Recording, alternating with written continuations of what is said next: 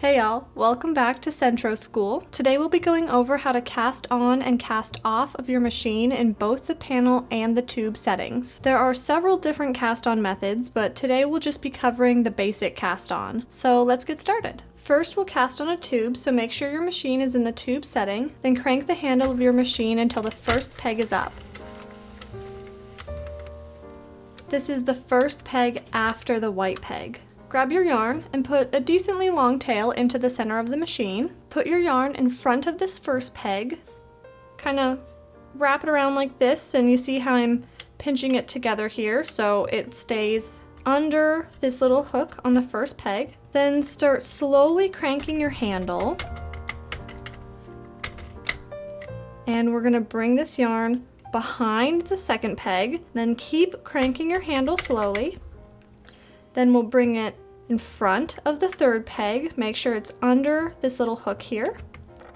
Keep turning your handle slowly. Bring it behind the fourth peg, then in front of the fifth, behind the sixth, in front of the seventh. And you see how every other peg is catching the yarn under the needle and pulling it under. That's exactly what we want. So now just continue doing this exact same pattern all the way around your machine. And remember to go slow because you don't want to mess up and accidentally skip a peg, because then your cast on is going to be all wrong and you're going to have lots of problems. So just go slow and make sure you are catching every single pin, going behind, in front, all the way around your machine. So then when you get all the way around your machine and you come to this final peg here, it's the white peg, it should be going behind the white peg because we started by going in front on this first peg here. And we're going to put our yarn through the yarn guide and the tension guide, and you are ready to start knitting your tube. Now we'll cast on a panel, so make sure to switch your machine to the panel setting before getting started. This is basically the same as casting on a tube with just a couple differences. So for a panel, we're going to start casting on the third peg. So here's the white peg, then that means that this is 1, 2, 3. We'll have to start casting on this third peg here, because these first two pegs will always drop their stitches in the panel setting. So that's one difference from casting on in the panel setting versus in the tube setting. And the other difference, which is related, is we can't cast on this final white peg either for the same reason. It's always going to drop its cast on stitch. And the reason why that happens is because we can't turn our machine far enough in either direction for these 3 pins here to be able to catch the yarn from the yarn guide and knit it into the previous stitch in the previous row. So see, my machine is stuck here and we can go to the other side.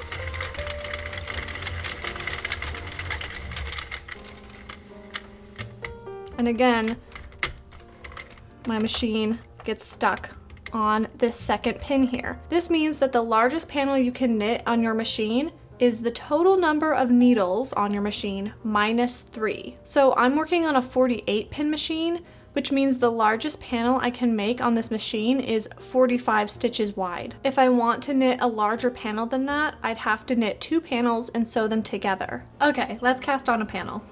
So we'll go to starting position on the third pin. So put a tail into the center of your machine and wrap it around your first needle here the same way we did in the tube setting. And then slowly crank your handle, bring it behind the next pin, in front of the next pin, behind the next pin, and just continue that same pattern, doing the exact same thing we did in the tube setting, now in the panel setting, until, however many stitches you'd like to cast on. We can cast on and make the largest panel that we can. So then you can turn your handle a little ways just to get that caught in there. You want to make sure that this gets caught under this little ridge here, and then you can start knitting. and that's how you cast on a panel. Finally, we'll cast off. Once you finish knitting your project, here is my little project I made, just a little sample swatch. You're gonna take your yarn out of the yarn and tension guides, and you're gonna want to leave a long enough tail to be able to pick up every single stitch on your project. So if my project was a lot wider, I would want a much longer tail. And usually your yarn is going to be attached to a skein of yarn, but this is just some scrap yarn I had laying around, so mine's not attached to a ball of yarn.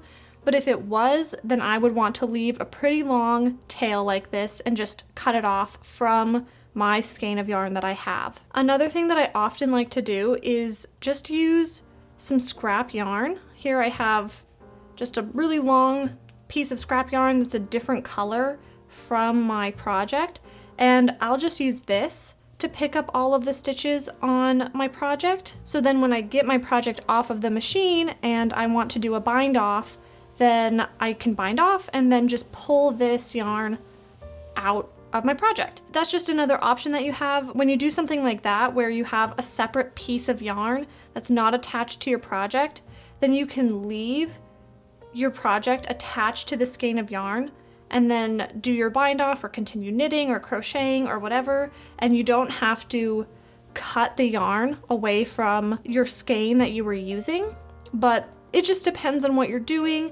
I just wanted to let y'all know that that is something that I often do, but for today's purposes, we are going to use the yarn that is still attached to our project to cast off. So you're gonna make sure you have a long tail of yarn, and you're going to thread it through a darning needle. So this is the darning needle that I like to use. It is a bent tip darning needle. You see how the tip of it here is bent. And I like to use this because it's a lot easier to get into your machine and pick up the stitches with this bent tip needle versus a straight tip needle. And if you don't have one of these, that is totally fine. You can use just a regular darning needle as well, but I like to use this kind of needle just because it's a little bit easier, but it's gonna work great either way. So once you have your yarn out of the yarn and tension guides and you have it threaded into your darning needle, then you're gonna hold this yarn tail up and out of the way of these pegs, and you're gonna start cranking your machine to release almost all of the stitches on your project from the machine.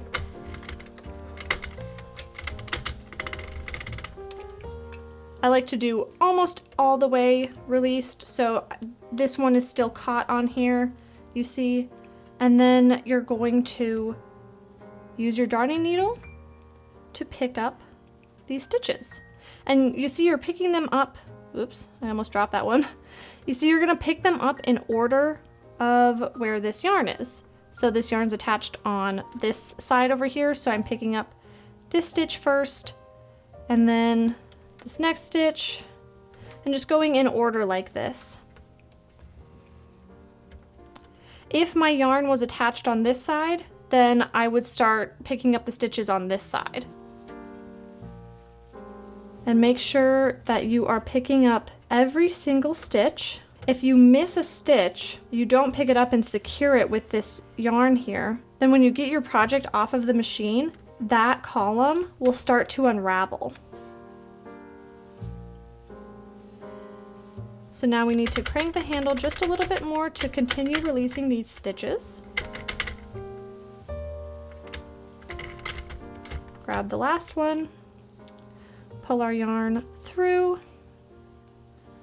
and you see that all of these stitches are now secured with this little strand of yarn here. So here I have a short little tube that I made with some scrap yarn, the same way I did with my panel. So again, my yarn is not attached to a skein, but yours probably will be. So if your yarn is still attached to its skein, then you're gonna wanna cut it off so that we can use this yarn to pick up all of our stitches. A good way to measure how much yarn you're gonna need so that you can pick up all of the stitches in your tube is take your yarn out of the yarn and tension guides and just sort of loosely wrap it around your machine like this, just like that. And then I like to go 1.5 times around at the very least to make sure that I have enough yarn to pick up all of my stitches in my tube. So I have even more than that. I definitely have more than 1.5 times, which is great. So once you've measured your yarn tail and you've cut it from its skein, then you can go ahead and put the yarn tail into the center of the machine, thread the yarn through a darning needle, and we're gonna release almost every single stitch from the machine. Again, the same way we did with the panel, we wanna leave a few connected so that our project doesn't just fall right off the machine without us securing all of the live stitches first. So go ahead and crank the handle.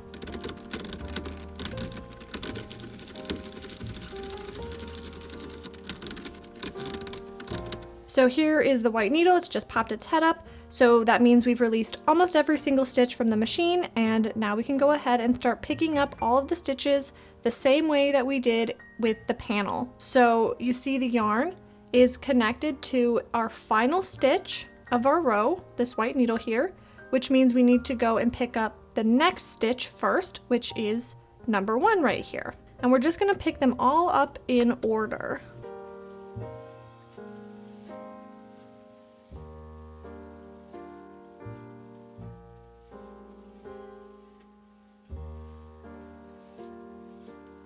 As you're picking up all the stitches from your machine, make sure that none of the live stitches are popping off of these teeth along here, because then they could potentially come unraveled in your project. So just be careful when you're going along and doing this. It's a lot easier with the panel because there's just not as many stitches and there's not like tension kind of pulling on the stitches from all these different directions around the machine. But as long as you just go slow and pay attention to your stitches, make sure you're picking up every single one, then you shouldn't have any problems.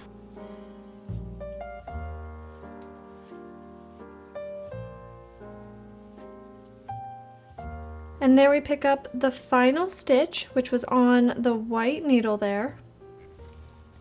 And that means we have gone all the way around our project, picked up every single stitch, and we'll give it a stretch. This is just a weird small little tube. I'm not really going to use it for anything, but I'll give it a stretch anyways so I can show y'all what it looks like. And there we go. All of our stitches are secured on this piece of yarn here. So that's all I have for y'all today. I hope that you found this helpful. If you have any questions, then feel free to put them in the comments. If you enjoyed this video, then don't forget to give it a like. And if you enjoy Sentro content, then don't forget to subscribe. Keep an eye out for more Sentro instructional videos, and I will see y'all next time. Bye!